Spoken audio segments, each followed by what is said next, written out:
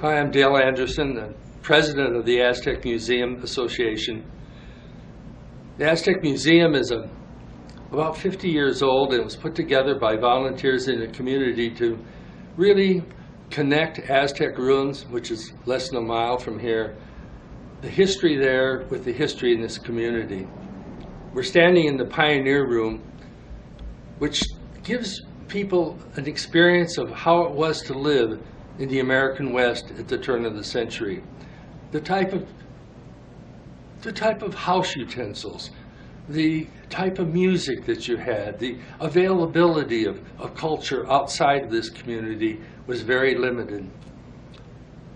This community, Aztec, was established in the late 1800s as a farming community to supply apples, corn, beef, pigs, hogs, sheep to the miners up north of here in Durango and Telluride.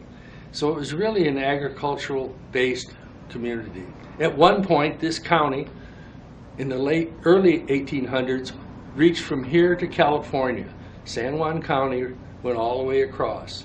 Well, I'm going to take you on a little tour. This is called the Pioneer Room, and we're going to move downstairs and kind of a historical tour of this community and tie it into Aztec ruins, which you'll see later in this production.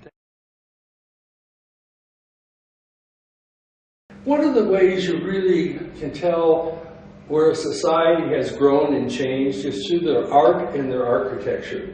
And we were really lucky back in the year 800, 900, 1000, 1100, that the people began to use pottery, and it's really their artwork. It represents their art in their society. You're going to later look at Aztec ruins, you're going to see their architecture. But if you look over here in this pottery, you can see how it's developed. When you get down into here, these are ceremonial pottery. Right. So you get a sense. They were still functional, but they were decorated. If you come in here, you can get a real good idea of what's happened. But the cultures, when the Spanish came, it had all changed.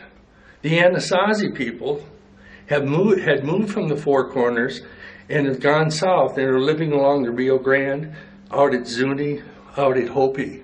And they were replaced by another group of people who moved down from northern Canada. And you can see some of their weavings over here. We talk about the Apache, we talk about the Jicarilla Apache, we talk about the Navajo people.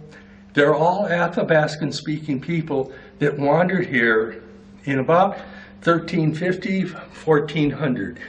When they wandered into the Four Corners, this area, they brought a different culture into the Four Corners. They replaced the Anasazi people, they replaced that culture with a northern culture that came out of Alaska and northern Canada. So when you talk about the Apache, you talk about the Navajo, you're talking about the same cultural people who moved in after the Anasazi left. This is a very unusual item in the Aztec Museum collection.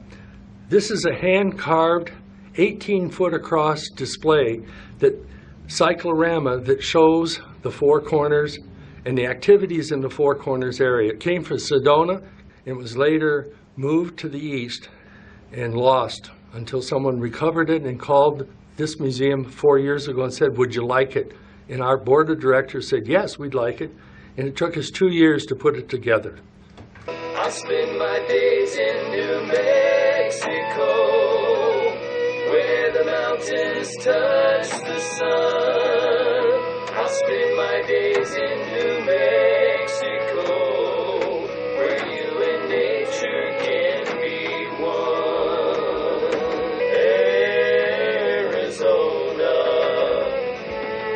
you're the magic in me.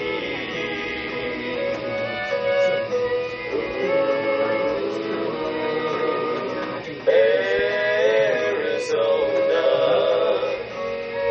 you're the lifeblood of me. Someone is waiting with a love that never fails, waiting patiently just to welcome me far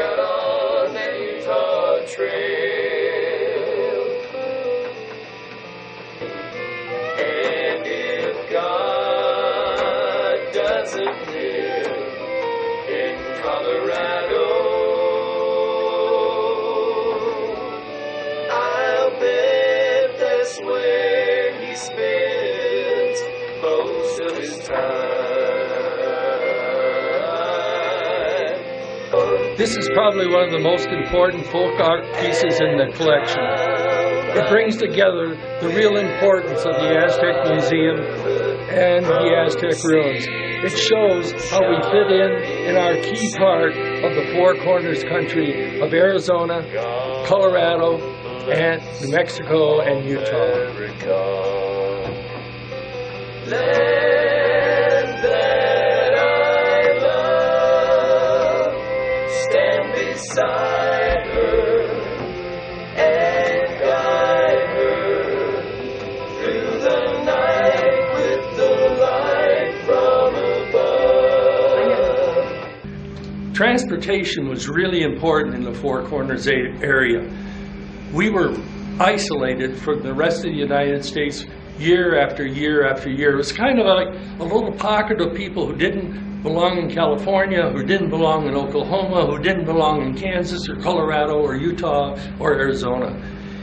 What happened was the roads were so difficult to transport yourself in and to move goods in and out that something had to change. And what that change was the Ford Motor Companies and its Model TT trucks.